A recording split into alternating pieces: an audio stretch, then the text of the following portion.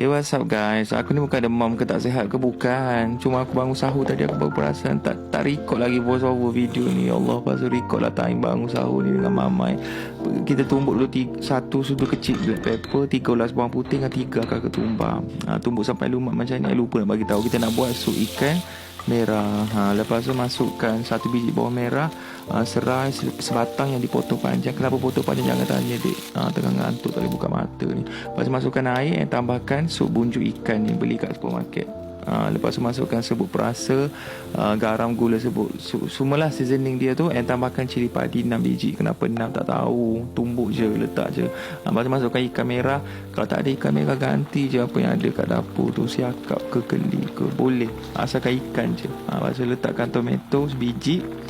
Lepas tu letak apa lagi Sekejap aku recall balik. Lupa kena tumis darat dulu. Lepas tu korang tumiskan bawang ros dalam 5 biji yang dihiris nipis.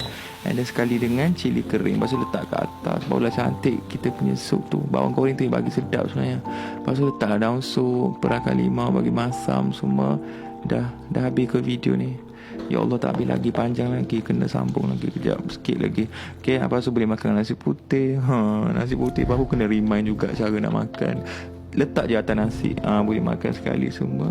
And sedia untuk dihidang. Boleh semua belajar. Terima kasih, cikgu nak tidur je. Selamat mencuba. Tak ya, kena bagi macam-macam pedas-pedas. Rasa ketumbar daun sup semua sedap. Boleh try kat rumah. Selamat berbuka.